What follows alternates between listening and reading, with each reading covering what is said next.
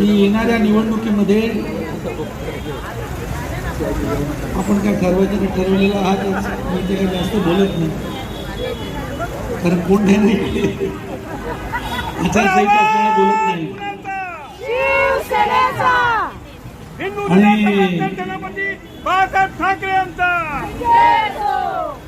आणि पुन्हा एकदा दत्ता नरवणकरांना शुभेच्छा देतो.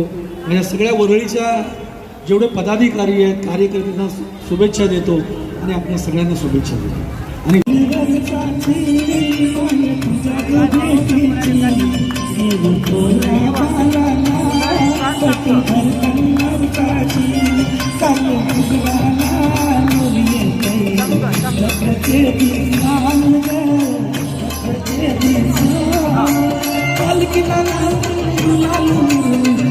Al